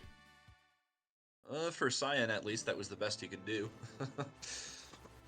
It wasn't the core of my character's offense, but like mid game, a couple of Hawkeyes is perfect. You'd rather have snipers for end game, but there's still enough floating things in the final battle that it's at least kind of sort of passable. Yeah, those juicy procs. We saw it coming into play, even with, it's got what, 80? It's got, lower 3 digits battle power, but it was still doing 3.5k. It's significantly lower. It's like 80 or 90 battle power. What is lower Cyan for doing on almost Infinite half Fluff the screen? damage. What is going on there? Do you see that? Yeah, I did see that. I must I go. know My there's people some need me. explanation for why you're moonwalk into the final battle, but hell if I remember what causes it. Why is Edgar killing Cyan with a chainsaw? That's rude. Yeah, That's well, rude. maybe that's why. Infinite Fluff saying, "Hey, don't kill me with a chainsaw." Uh, so it was doing like 3,500 damage though when it procced both times. So even for a lower battle power weapon, those juicy procs definitely throw out the nice damage. The Yeah, other thing was, I'm sorry, go ahead. No, go on. Oh no, the other thing, and I think Fitz, you want to ask about the morph strat here? Oh yeah, we saw that. You cast sleep on your morpher, and at first we were both like, well, wait, what's up with that?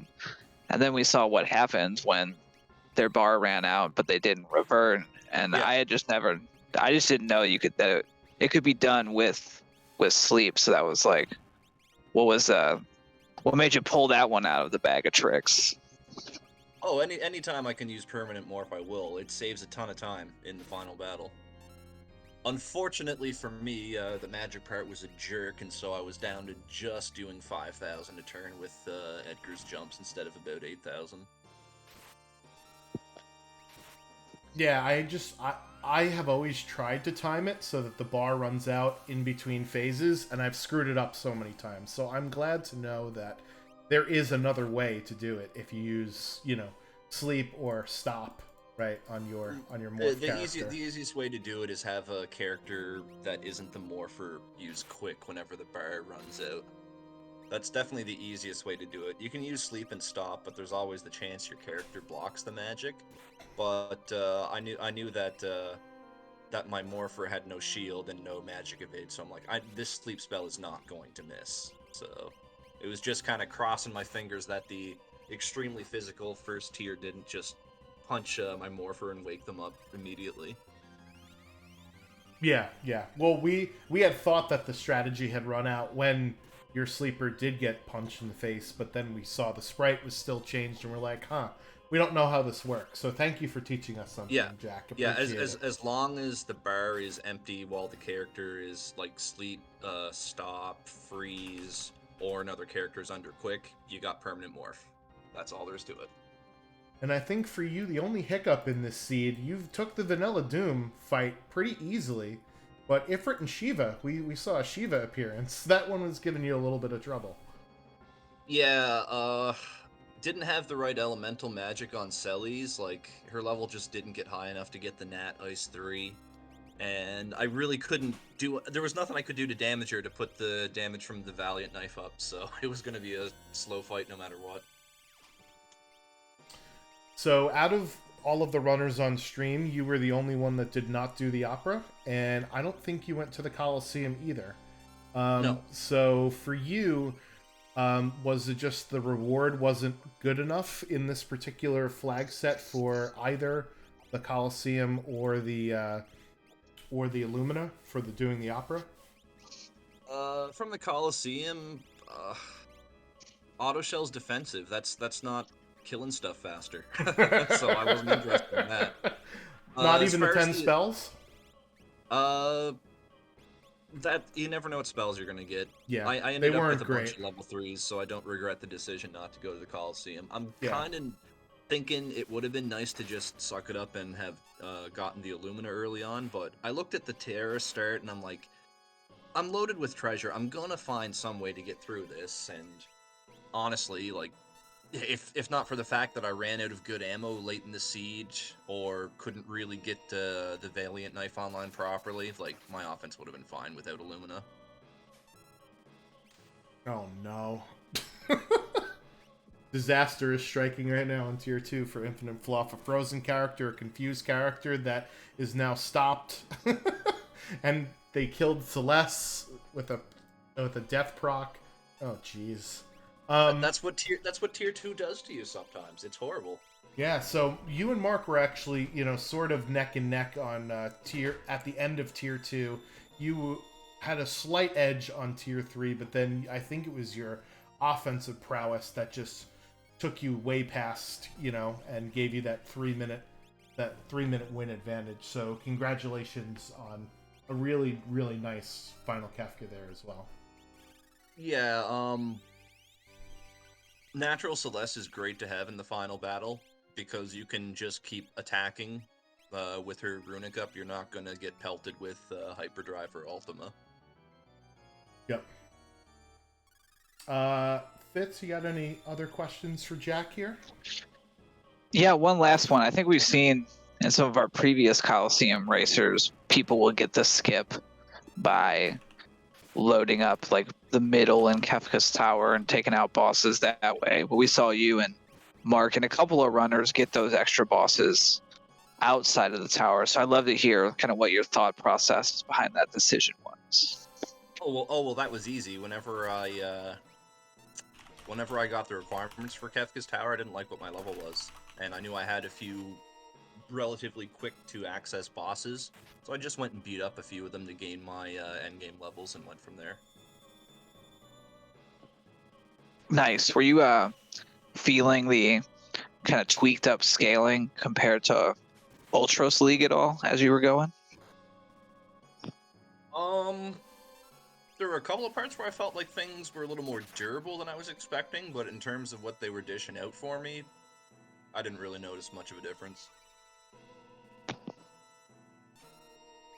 Gotcha. Yeah, I think that's all my cues for Jack. Well, one thing I'd like to suggest, if there's any tournament admin or Coliseum admin hanging out there, for this Celes flag set, I think turning off enemy ability scaling is good, because that plays nice with her Runic ability, because then you know which enemies are going to be casting spells and you'll get more use of it. Just my 2 cents. Yeah, that certainly is good feedback. Yep. We were talking about your vanilla game knowledge, and that for sure would favor, people that do have a lot of vanilla game knowledge about, what works, what doesn't work, etc., etc.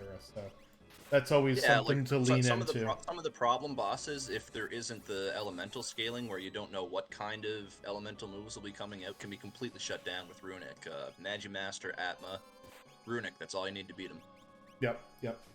Awesome. Well, any other final thoughts, Jack, before we get into 16-2, boys and girls? Let's go, Bruins! I figured that was coming. Well, congrats again, Jack, on your first place on stream finish, and we'll see you on the next one. Also, wanted to say your Tournament of the Month flag set with the Vanilla Boss Rush, I think it's been very fun. Even though I spectacularly failed in the restream on Wednesday, I still thought it was a lot of fun. Sweet. Well, I've put myself down to commentate the final race on Wednesday, so I'll see what all you crazy people have been doing with it then. All right, awesome. Sounds good. Thanks a lot, Jack. Alright. All right, and now we are joined by our second place on stream finisher, Mark. 126 on the nose. Congratulations on your finish. Awesome job on this seed. Give us your thoughts on Celes's Runic Blade. So I made a crucial mistake in the beginning because I'm still getting used to my route where I didn't go to Coliseum. I've been trying to go to Coliseum before I do any checks, so the scaling is easier. Mm-hmm. I also went there with 0 damage, so that took forever. Yeah, well, crucially, and I had to be reminded of this in chat. I know you sent your Terra into the Coliseum. The AI in the Coliseum does not ever use the throw command, so that definitely was the misplay or miscue there, right? Like, yeah, I would have made the same exact mistake and then been like, oh yeah, I forgot that this is that. but it did work out. I got that Magus Rog, which I used the rest of the run. The spells it gave were pretty good. I think another big mistake was actually getting that Illumina. I don't think that was worth the time. Mm-hmm. Yeah, so you were Jack, who won by exactly 3 minutes over you, did not do the Illumina, so there's your 4 minutes, right? If you don't do the Illumina, then you win this race, maybe? I don't know, because then you also have an Illumina, right? So Yep. Yeah, at that point I had 0 physical offense. I was like, I just need a sword. I know there's one there. I'll go grab it. Yep, for sure.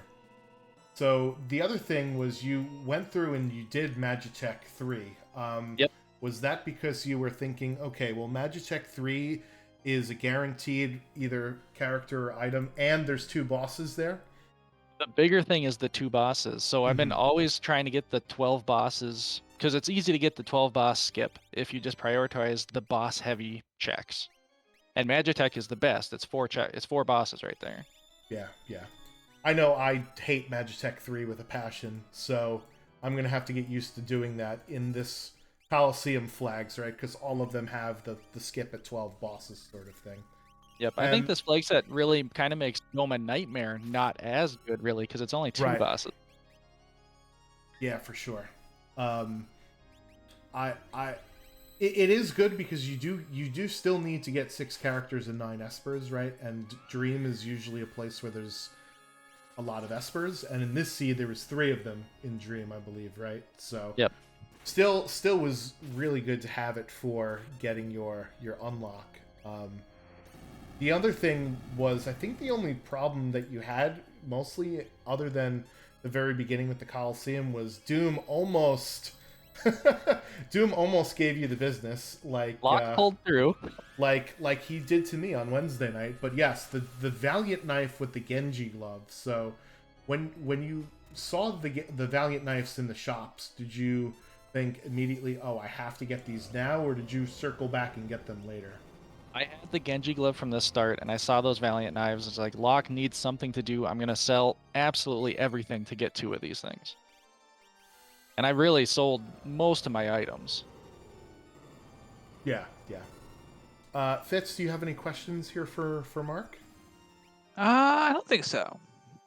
Okay, I think the only one that I have, the last one, it's sort of the same one you had asked Jack about.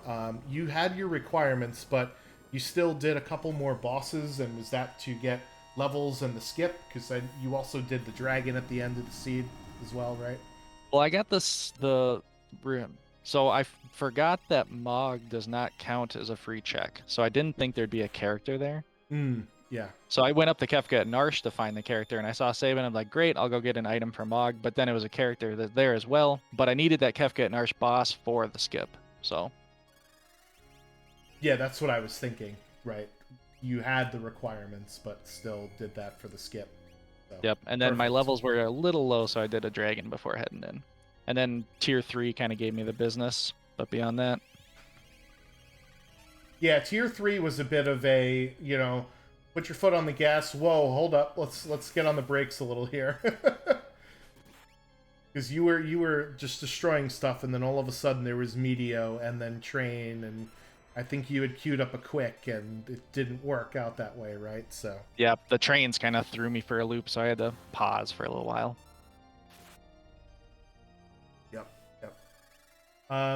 So yeah, any other thoughts on this flag set in general? Did you like the Esper equipable being restricted to certain number of characters? Did you like the objectives? Tell us what your thoughts about that were. So for Coliseum flags in general, they've been quicker than Ultros League, and I've been liking them. For Celes specifically, the equipable Espers, I don't think threw too much of a wrench into things just because of the extra spells you got from the Coliseum check. And really, it kind of helped me because I wasn't going into the menu to switch Espers around a whole bunch anyway, so I wasn't menuing as much, which was nice. For the Save Sid quest, I kind of question if that would ever be worth the time to do. I may be proven wrong on that. And then for the Illumina, that's another one. It's like, that's a 4-minute... You're devoting 4 minutes to this thing, so I'm not sure if that's the smart decision a lot of the time.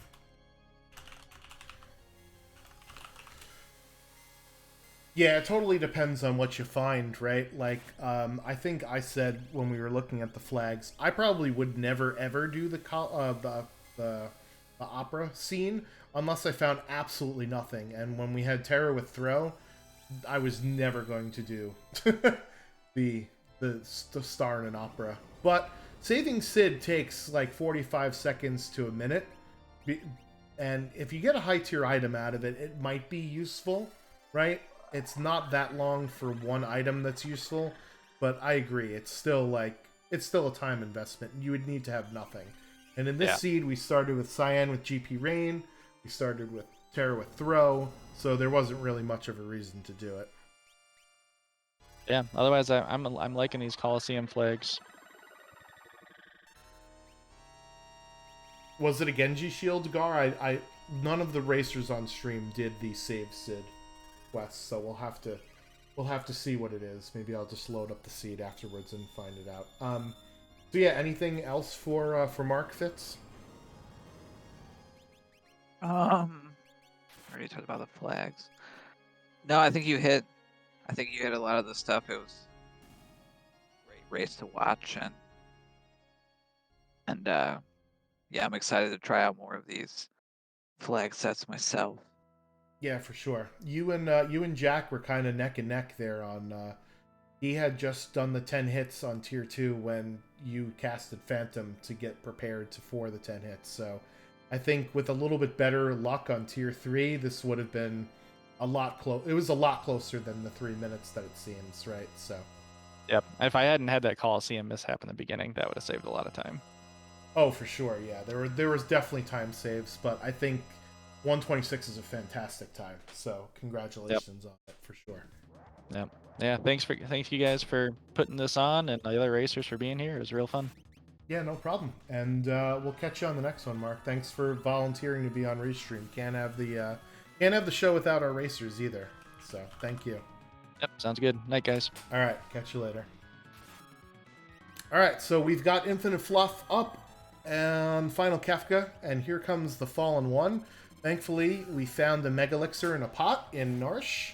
Remember, that was the one in the cider bucket way at the beginning of the stream. Remember, I said this will be important in a long time from now. So there it is. It's important. You definitely did. Yeah, and I will point out that Infinite Fluff is definitely one of our newer racers. I know they were in the Moogle's first tournament and played in the tonic division. So I said at the beginning we kind of had racers from across the spectrum, and I know I saw a couple people in chat that were like, "Oh, cool! I didn't, know there was a randomizer." Myself, I started I think 6 to 8 months ago. Yeah, when I first discovered the game, and I just started jumping in races before I really knew a lot. And the best way to learn is by playing races with other people. There's no substitute for practice, right? So, Falcon, it says it was an experience egg at the Save Sid. Wow. Of course. Of course Every Sid you don't save gives you an experience egg. Feed fish, get egg, right? How does that work? I'm an old man compared to a lot of people I think that are even racing here. I started almost like 2 years ago, maybe. It was April or March of 2021. So there was a Kefka. No, that was before me. I think the latter was the first event that I was in, which is the precursor to the Ultras League, which just finished its second season, right? So, and we have some, like Jack was the winner of my division, the Elixir division. Mark was also in my division too.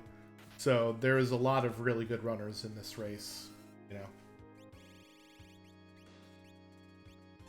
Anyway. Yeah, definitely. I guess my message was just really like, if you're interested, do it. The community is very friendly. We have a ton of helpful guides on the wiki, videos. A lot of our top runners have done these kind of like process streams where they talk about what they're thinking about as they're running. I found those to be really, really useful. That's the kind of thing that you don't get just from watching races sometimes is and even like I didn't start thinking about it until I was a mentor in the Moogle tournament. Was like, what am I thinking about when I'm racing? Like, it kind of forced me to like think about it so I could communicate it to another person, as opposed to just kind of doing it. Very introspective of you. But yeah, there's you don't have to be a top racer to join in the community races, and in fact, again, I would definitely encourage it because I think it's a good way to learn, get to interact with some of the other racers and develop those sort of racing friendships that make league play so fun and stuff like that.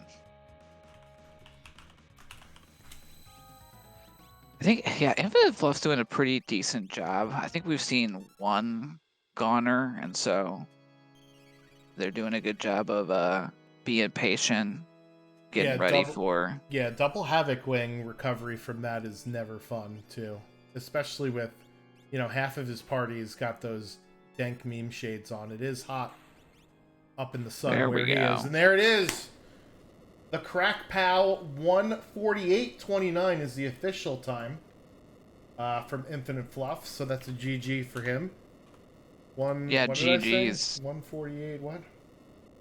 Oh 29. Man, I should have written it down. Yeah, and that's still that's definitely a great time. I think when I was a new viewer, I never had a lot of context of like what are kind of good times, and the answer is it depends how long you've been playing the game, right? And how lucky we get, but we saw great times all around, and especially Infinite Fluff running up that character count so high early. Oh yeah, I think they showcased a great job of just persevering, keep going to checks. They'll eventually give. They have to eventually give what we're looking for. Yeah, because no seed is technically unbeatable. Well, I mean, you could create a seed that's unbeatable, but in this scenario, the seeds are not unbeatable. Right? You have to be able to beat it at some point. Yeah, it looks like with that, our last racer has finished. We are getting to the midnight hour on the East Coast, so I think that'll be it for interviews today. So we should wrap this up with some final thoughts. I'll go first, and then you can kind of close us out. I'll start with shouting out to our racers on stream, as well as the racers in the race room. This is not like a scheduled community race. Someone put the call out and people jump in. So if you're ever like, I'd love to race tonight in a sync race, just put the call out. Usually people answer. Shout out to Franklin on the tracking and providing some of that, deep knowledge.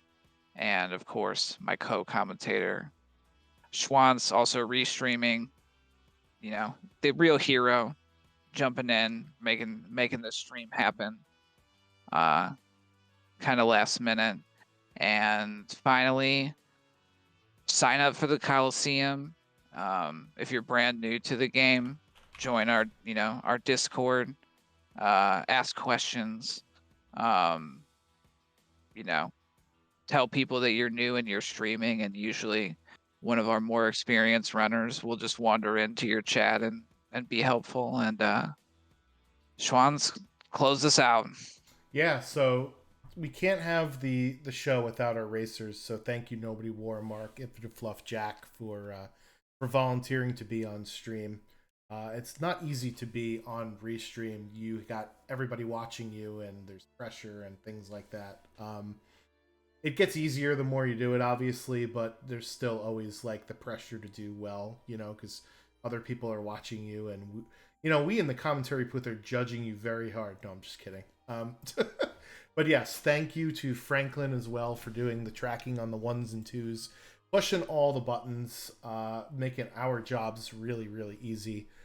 Thank you, Fitz, for joining me in the commentary booth. I was originally just going to run this whole show by myself, but we had some volunteers jump in at the last minute to say, hey, I want to be on a stream. I want to do the show. This should be pretty fun. And we did have a lot of fun. And, we do put on races every Wednesday on one of the Speed Gaming channels. So this upcoming Wednesday will be the Tournament of the Month finals that I talked about briefly with Jack. So, keep an eye out for that. We also usually do streams every Thursday and Saturday nights, usually around 9 p.m. Eastern time. The Speed Gaming restreams are at 8 p.m. Eastern on Wednesday. So we probably won't have this one this week due to the holiday on Thursday, but we will be back in no time. So thank you everybody for coming out and saying hi, and we'll catch you on the next one. Peace. Good night.